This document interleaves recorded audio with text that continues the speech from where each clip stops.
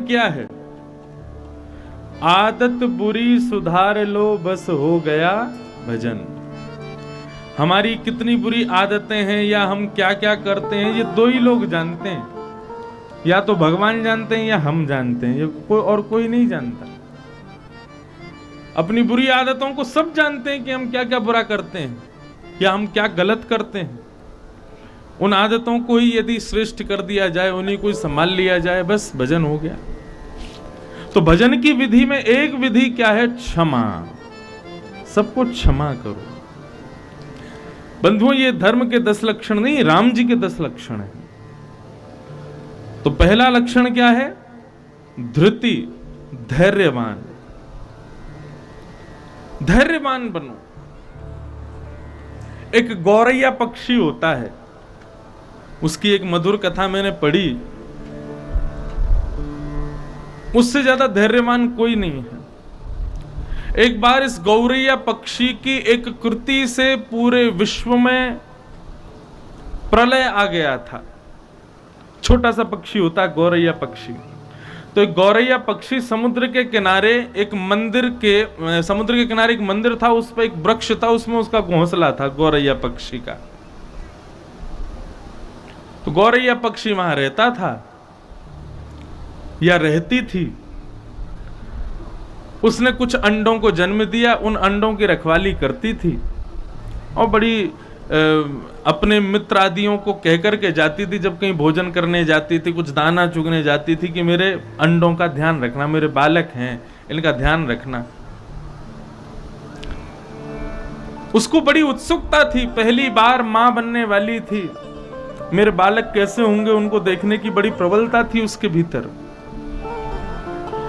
परंतु एक दिन क्या होता है, मौसम खराब, बादल गड़क रहे हैं, काले काले बादलों ने आकर के समुद्र के ऊपर डेरा जमा लिया। आंधी तूफान आना शुरू हुआ। तभी क्या होता है कि विशालकाय समुद्र में सुनामी आती है। गौरैया पक्षी कहीं दाना चुगने के लिए गई होती है, अपनी एक सहेली पक्षी को छोड़ करके जाती है अपने अंडों की सुरक्षा के लिए। लेकिन वो जैसे ही लौट करके आती है तो क्या देखती है कि कम से कम 100 फीट ऊंची लहरें समुद्र में प्रकट हो रही हैं। और तभी वो देखती है कि एक समुद्र की लहर आती है और गौरैया पक्षी के उस पेड़ पर रखे उस घोंसले को बहा करके ले जाती है अपने साथ। गौरैया पक्षी पीछे पीछे जाती है। जब सुनामी की लहर थोड़ी शांत हो जाती है तो वे देखती है कि घोंसला मेरा, जिसमें 3-4 अंडे हैं, वो समुद्र के ऊपर तैर रहा है। उसकी जो सहेली आदि थी पक्षी, वो सब उड़ गए थे, उड़ करके कहीं चले गए थे, लेकिन उसका घोंसला समुद्र में चला गया। गौरैया पक्षी रोने लगी। जब समुद्र शांत हो गया तो किनारे पर जाकर के खड़ी हो गई और समुद्र के आगे हाथ जोड़ करके बोलने लगी, मैंने तुम्हारा क्या बिगाड़ा? मैंने तुम्हारा कुछ नहीं बिगाड़ा। मैं पहली बार मां बनने वाली हूं। मेरे बालक तुम्हारी लहरों के बीच में झूल रहे हैं, वो निर्दोष हैं, उन्होंने तुम्हारा कुछ नहीं बिगाड़ा, मैंने तुम्हारा कुछ नहीं बिगाड़ा। हे समुद्र देवता, कृपा करके मेरे घोंसले को वापस लौटा दो। बहुत ध्यान से सुनिए, लौटा दीजिए। समुद्र प्रत्युत्तर तो देता नहीं है, लेकिन पता नहीं क्यों समुद्र ने आज गौरैया पक्षी को देख करके उसको प्रत्युत्तर दिया। हंसता हुआ अभिमान में समुद्र खड़ा हो गया और खड़ा होकर के बोला, अरे तू छोटी सी पक्षी और मुझसे याचना कर रही है कि मैं ये घोंसला तेरा वापस कर दूं? अरे मैं समुद्र हूं। इस पृथ्वी पर भूमि मंडल कम है, मेरा आवाज ज्यादा है, पृथ्वी का राजा हूं मैं चाहूं तो एक झटके में, एक लहर में संपूर्ण पृथ्वी को अपने अंदर समाहित कर सकता हूं। तू तो एक छोटी सी पक्षी है, मैं तो बड़े से बड़े जानवरों को भी अपने अंदर समा सकता हूं। अग्नि, जल, अग्नि, वायु, आकाश, इन सब से भी ज्यादा ताकतवर हूं मैं, और तू मुझसे कह रही है तेरे छोटे से घोंसले को वापस करूं? मैं नहीं करूंगा, जा। अभिमानवश बोल दिया। गौरैया पक्षी के नेत्र सजल हो गए। एक दो बार याचना की, मेरे बच्चों को वापस कर दो, समुद्र मना कर दिया। बहुत ध्यान से सुनिए, ये कथा बहुत बहुत सीखने योग्य कथा है, जानने योग्य कथा है। गौरैया पक्षी ने नेत्र सजल हो गए, प्रार्थना की, बोले प्रभु दे दीजिए ना मेरे बच्चे, तो वो पास ही तो आपका वो घोंसला है, वो वहां तैर रहा है, मैं अपना बल नहीं है मेरा कि मैं उसको उठा के ले आऊं, आप कृपा करके उसको वापस कर दीजिए ना।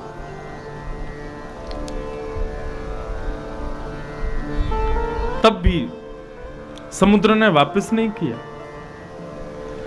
तो गौरैया पक्षी क्रोधवश बोलता है, यदि तुमने मेरे बालकों को वापस नहीं किया, हे समुद्र देव, मैं तुमको सुखा दूंगी। समुद्र जोर से हंसने लगा, और मुझे सुखाएगी? बोले हाँ, मैं सुखा दूंगी तुमको। कैसे सुखाएगी? बोले मैं अपनी चोंच में तुम्हारे जल को भर भर के किनारों पर डालती जाऊंगी, उससे तुम सूख जाओगे। समुद्र ने लगाई मसनद अपनी बढ़िया, बोले निकाल, तू आज सुखा के दिखा मुझको। और गौरैया पक्षी क्रोधवश अपने बालकों के उस घोंसले को दूर से देख रही है, नेत्र लाल पड़ गए, आंसू निकल रहे हैं, बार बार जाती है और क्रोध में समुद्र की बूंदों को अपनी चोंच में भरती है, बाहर ला करके फिर उस एक कोने में उसको छोड़ देती है। करते करते करते 4-5 दिन बीत गए। समुद्र देव फिर प्रकट हुए, बोले कितना पी लिया तुमने मुझे? गौरैया पक्षी उसको सुनती नहीं है, लगी रहती है, बार बार जल लेकर के कोने में डालती रहती है। बोले तुमने मेरे बालकों को मार दिया, तुमने मेरे निर्दोष बालकों की हत्या कर दी, मैं तुमको जीवित नहीं छोड़ूंगी, तुमको सुखा दूंगी, मैं भी वचनबद्ध हूं। समुद्र बोला मैं तैयार बैठा हूं, सुखा के दिखा। बोले तू जितना चोंच में पानी एक बार में भरती है ना, उससे कई अरब खरब टन ज्यादा जल हर सेकंड मेरे ऊपर आता है। पूरे विश्व की हजारों नदियों का जल हर सेकंड मुझ में आ रहा है, कितना सुखाएगी मुझे? बोले चाहे कुछ भी हो जाए, अपने प्राणों का परित्याग कर दूंगी, लेकिन जो वचन लिया है वो पूर्ण करूंगी, तुझे सुखाऊंगी मैं। समुद्र बोले लगी रहे, करती रहे। गौरैया पक्षी को करते करते करते करते बंधुओं 12 दिन बीत गए। ना कुछ खाया ना कुछ पिया, केवल अपनी चोंच में जल भरे और कोने में छोड़ दे, फिर भरे, फिर छोड़ दे, फिर भरे, फिर छोड़ दे। उस गौरैया पक्षी की इस क्रिया को कुछ पक्षी कोने पर खड़े होकर के देख रहे थे। बहुत सावधानी से सुनो बंधुओं, उस गौरैया पक्षी की इस क्रिया को कुछ पक्षी किनारे पर खड़े होकर के देख रहे थे। उन्होंने मन में विचार किया, ये छोटा सा गौरैया पक्षी अपने बालकों के न्याय के लिए कितनी परिश्रम कर रहा है, क्या हम इसकी सहायता नहीं कर सकते? अरे हम जानते हैं हम समुद्र को कभी सुखा नहीं सकते, लेकिन अपनी एकाग्रता तो दिखा सकते हैं, अपनी एकता तो दिखा सकते हैं। एक ने 2 से, 2 ने 4 से, 4 ने 10 से, इस प्रकार से पक्षियों ने आपस में एक दूसरे को बुलाना शुरू कर दिया। 10 पक्षी इकट्ठे हो गए गौरैया पक्षी के साथ, वे भी समुद्र के जल को निकालने लगे। 10 से 50 हो गए, 50 से 100 हो गए, 100 से 1000 हो गए, 1000 से 5000 हो गए, 5000 से 10,000 हो गए, 10,000 से 1 लाख हो गए, 1 लाख से 50 लाख हो गए, 50 लाख से 1 करोड़ हो गए।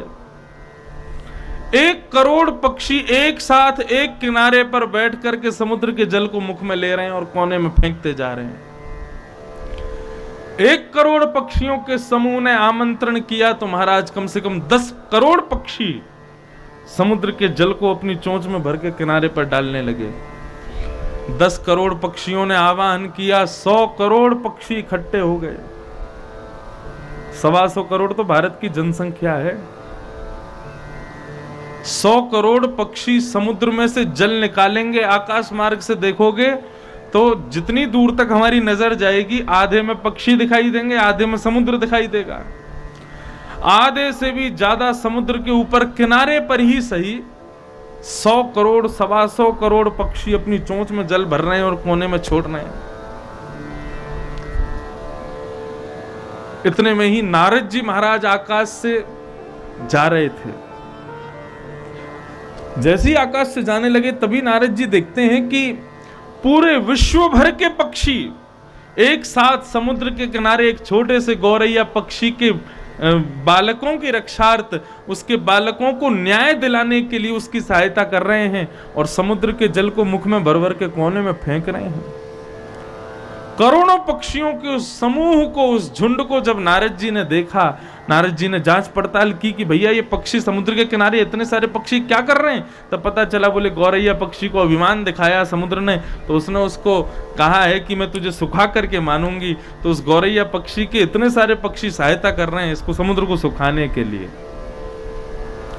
नारद जी महाराज ने जब ये एकता देखी तो एकता देख करके सीधे नारायण के पास गए और नारायण से जाकर के बोले प्रभु आपको कुछ करना नहीं है, लेकिन ये अभिमानवश जो समुद्र ने इतना मान अपना दिखाया, अभिमान दिखाया, इसको परिणाम तो मिलना चाहिए।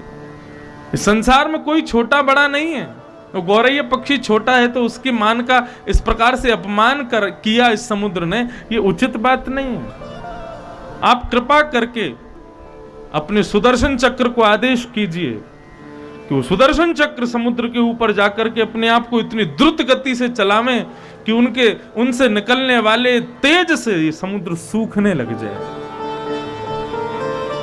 पूरा समुद्र सुखाना नहीं है प्रभु, लेकिन समुद्र को भान तो हो कि हाँ मुझ में कमी हो रही है, मैं सूख रहा हूं, केवल इतना मात्र हो जाएगा, उसी से उस गौरैया पक्षी को शांति तो मिलेगी।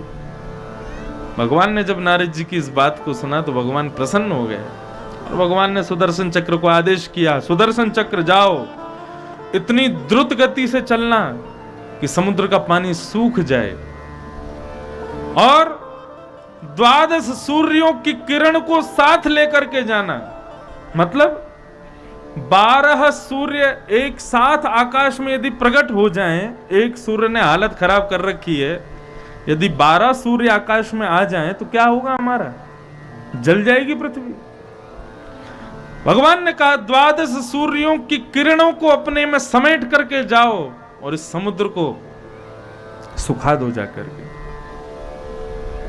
तभी महाराज उन 125-200 करोड़ पक्षियों के देखते ही देखते आकाश से एक दिव्य सूर्य की कांति प्रकट हुई। सुदर्शन चक्र इतनी द्रुत गति से घूमते हुए आकाश मंडल से आए और समुद्र के ऊपर आकर के स्वयं को इतनी द्रुत गति से चलाने लगे।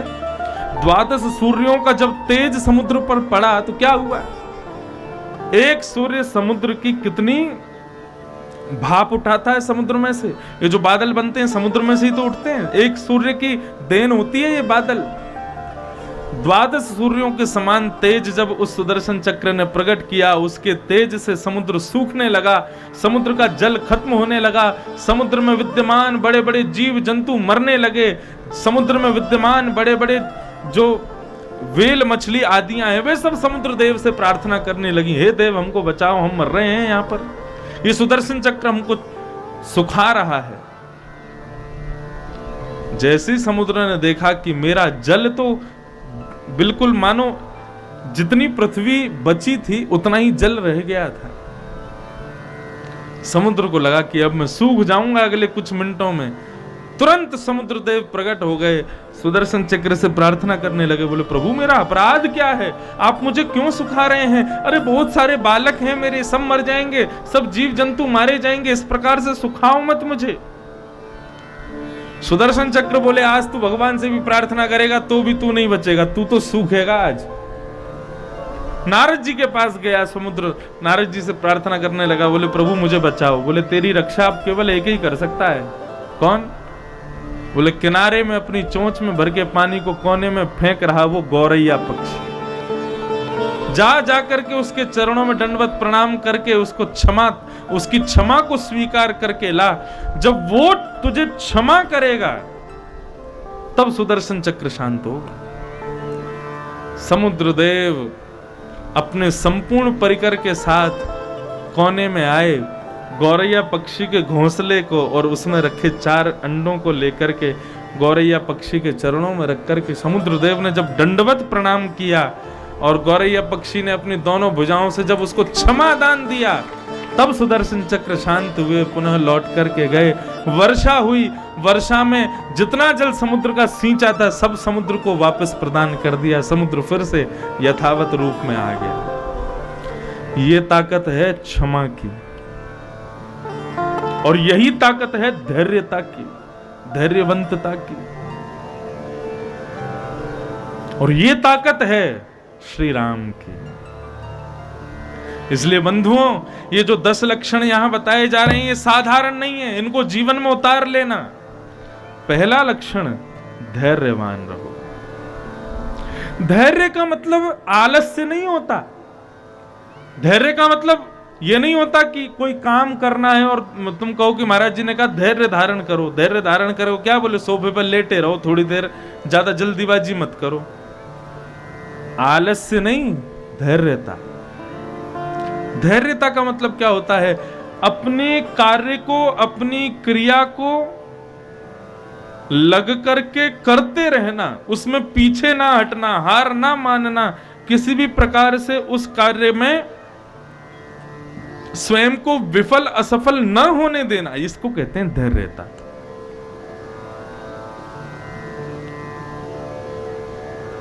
तो पहला लक्षण धर्म का क्या है?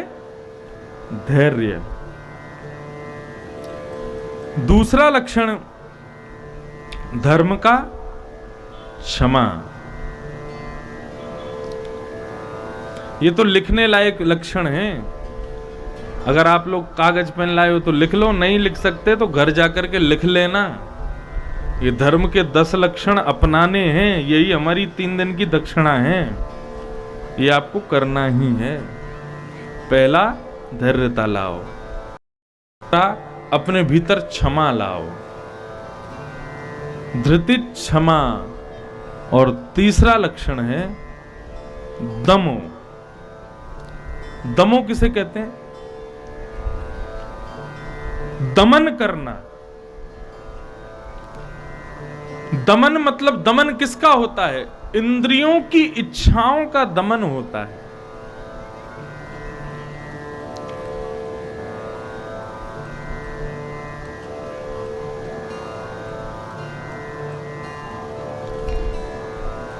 हमारे इंद्रियों की कोई इच्छा है, जीभ कुछ खाना चाहती है, कान कुछ सुनना चाहते हैं, हाथ कुछ स्पर्श करना चाहते हैं, पैर कुछ पहनना चाहते हैं। इन सब प्रकार के जो हमारी इंद्रियों की इच्छाएं हैं उसका दमन ही दम कहलाता है। जीभ की इच्छा हो रही है कि हमको ये खाना है, वो जीव को ना प्रदान करना, ये दम है। कान की इच्छा हो रही है कि हमको ये सुनना है, वो कानों को ना सुनाना। सुनने का, खाने का मतलब संसारी वस्तु। जीव की इच्छा हो रही है चाट पकौड़ी खानी है तो उसको चाट पकौड़ी ना खिला करके सात्विक खिलाना। कान की इच्छा हो रही है हमको भद्दे गीत सुनने हैं, डीजे वाले गीत सुनने हैं, वो ना सुना करके उनको सात्विक भागवत कथा आदि सुनाना, ये दम कहलाता है। अपनी इंद्रियों को संसारी व्यसन युक्त वस्तुओं से दूर करके ठाकुर जी की भगवत भागीरथी भक्तिमयी कथा कीर्तन आदि की तरफ मोड़ना, इसको कहते हैं दम। श्री राम का यह तीसरा लक्षण है। वे अपनी इंद्रियों के प्रति बड़े कट्टर हैं। देखना इंद्रियों के न घोड़े भगे, उनमें हरदम यूं संयम के कोड़े पड़े। अपने रथ को सुमार्ग लगाते चलो, कृष्ण गोविंद गोपाल गाते चलो। देखना इंद्रियों के ना। अच्छा, इंद्रियां कितनी होती हैं? पहली बात तो यही है। कितने लोग जानते हैं इंद्रियां कितनी होती हैं? 10। 5 ज्ञान इंद्रियां होती हैं, 5 कर्म इंद्रियां होती हैं। ज्ञान इंद्रिय उनको कहते हैं जिनसे हमें कुछ ज्ञान होता है। पुष्प की सुगंधी बड़ी बढ़िया है, ये कौन बताता है? नाक, पहली ज्ञानेंद्रिय। दमोह के निवासी बड़े सुंदर लगते हैं, ये कौन बताता है? आंख, दूसरी ज्ञानेंद्रिय। कथा में संगीत बहुत मधुर है, ये कौन बताता है? कान, तीसरी ज्ञानेंद्रिय। यहाँ के चावल बड़े मधुर होते हैं, बड़ा स्वादिष्ट स्वाद होता है मध्य प्रदेश के चावल का, ये कौन बताता है? जीभ, चौथी ज्ञानेंद्रिय। दोपहर में 3 बजे तो महाराज पंडाल में जल जाएंगे, क्यों? इतनी तेज धूप पड़ती है, ये हमें कौन बताता है कि गर्मी है? त्वचा, पांचवी ज्ञानेंद्रिय। ये पंच ज्ञानेंद्रिय हैं, आंख, नाक, जीभ, कान, त्वचा। ऐसे ही पंच कर्म इंद्रियां हैं जिनसे हम कुछ कर्म को क्रियान्वित करते हैं। हाथ, पैर, 2 गुप्त इंद्रिय और मुख, पांचवी। ये पंच ज्ञानेंद्रिय, पंच कर्म इंद्रिय हैं, ये इंद्रियां हैं। इन इंद्रियों की असद इच्छाओं को पूरा ना करना, अपने मन पर वशीकृत करके अपने मन को कंट्रोल करना, उसी को कहते हैं दम। दमोस्तेयम। धृति, धैर्यता पहला लक्षण, क्षमा दूसरा लक्षण और दम तीसरा लक्षण। अपनी इंद्रियों की इच्छाओं को पूर्ण मत होने दो। स्वामी श्री विवेकानंद जी अमेरिका गए। अमेरिका में एक जगह संभाषण हो रहे थे, तो वहां बड़े बड़े स्कॉलर्स गए थे, बड़े बड़े बोलने वाले प्रवक्ता गए थे। वहां हर व्यक्ति को एक समय दिया गया था, 7.5 मिनट में जो अपनी बात को पूर्ण कर दे तो ठीक, नहीं तो 7:30 बजे घंटी बज जाएगी, आपको जहां हो वहीं रुकना पड़ेगा, फिर अगला वक्ता आएगा। सबका नंबर आ रहा था एक एक बार बोलने का। जैसे ही स्वामी श्री विवेकानंद जी का नंबर आया तो 7.5 मिनट कब हो गए, जो बेल बजाने वाले जो बैठे थे सामने जज वगैरह, वो बेल बजाना ही भूल गए और महाराज 2 घंटे तक बोलते रहे स्वामी विवेकानंद, लेकिन एक व्यक्ति ने भी नहीं कहा कि भैया बेल बजाओ, 7.5 मिनट हो गए। और जब 2 घंटे बाद स्वामी विवेकानंद शांत हुए तो उस सभा में एक व्यक्ति ऐसा नहीं था जिसने ताली ना बजाई हो। स्वामी विवेकानंद के ऐसे संभाषण को सुनकर के सब मुग्ध हो गए।